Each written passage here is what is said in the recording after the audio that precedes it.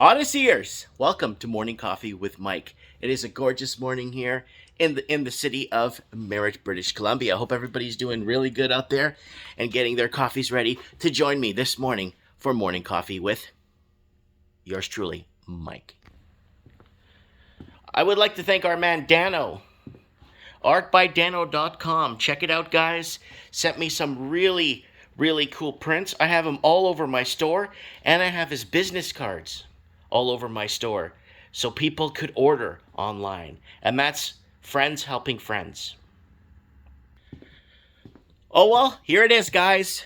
Morning coffee. And what do we have to talk about this morning? Well, we have quite a bit to talk about, and it's kind of important. Well, the whole world is engulfed with the COVID, the Delta, all of this being engulfed on our citizens.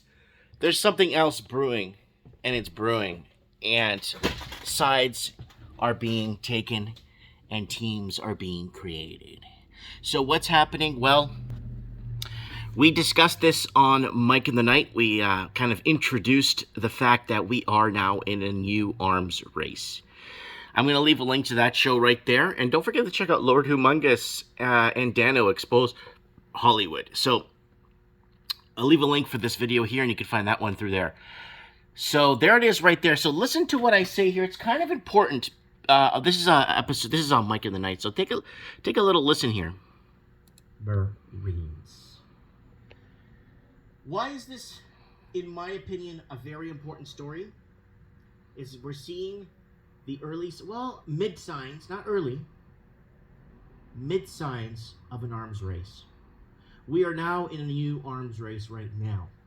So countries in the Commonwealth a lot of countries in the Commonwealth lack a stable, strong, healthy, non-corrupt military. A lot of words right there, but yeah. So there it is right here. So let's follow this up because it's kind of important. So Biden submarine accord with Australia angers both France and China. So what's happening? Why France and China? Well, France has lost its grip. France built its empire 300 years after the Portuguese and the Spanish. So the French were late because they were at war with the British. And the French went and basically caused so much troubles in Africa, armed two sides. The French speakers are less than 60 million in the world. You know what I'm saying? So it's a very, the French are starting to lose ground and lose a say in the world. What they did over like they always roll in the Portuguese and the Spanish and all of them together in colonism, on the one colonialism. Like, no, it doesn't work like that. What the French did, they spent nothing on almost nothing on their colonies in Africa. They did nothing to actually create societies in those places. They divided, armed both sides, and created wars. And that's what's happened with the French. And the French are starting to lose their grip on the world stage, right? People go to South America today, like, what's the official language in South America? It's Spanish. No, it's not. It's Portuguese. But people don't know that, and that was suppressed for so many years. What's the most organized language in Africa? Like, really organized. No creoles, no slang. Portuguese. Don't go to Wikipedia because it won't tell you that, because it lies. Anyways, so what's happening with China? Well, with China, we know what's happening with China. China is having a lot of financial issues now. Huge financial issues.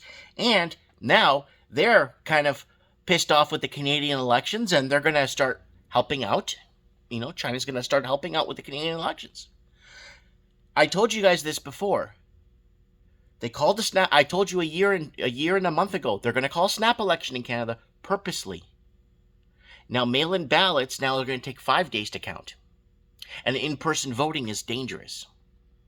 So what does this mean? You're going to have another America vote counting system in Canada, and obviously it's going to produce a winner that we're not allowed to criticize as a country. We're not allowed to criticize our election, or our system, our freedom of speech. We're not allowed to criticize anything anymore or bring forward any political demands. So here it is. That's me in a nutshell. So Biden's submarine accord with Australia angers both France and China. So it goes into the Biden's administration's surprise decision to share sensitive nuclear submarine technology with Australia brought a swift backlash from China on Thursday, and an angry charge of betrayal from France, which said this secretly negotiated deal reminded something of President Donald Trump would have done.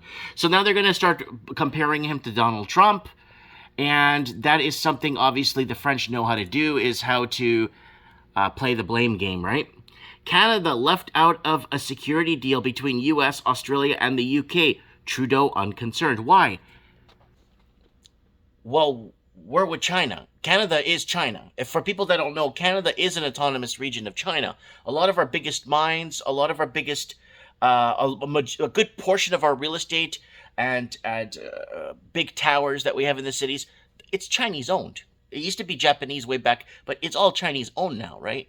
Not all, I'm saying like predominantly like a lot of Japanese investments, but that was back in the 80s. But now, so Canada's unconcerned because it's got China, right? So it's basically on board with China, and they're going through election right now. So I don't know if anyone is taking anything serious that Biden's saying anyway. So let's keep that in mind too.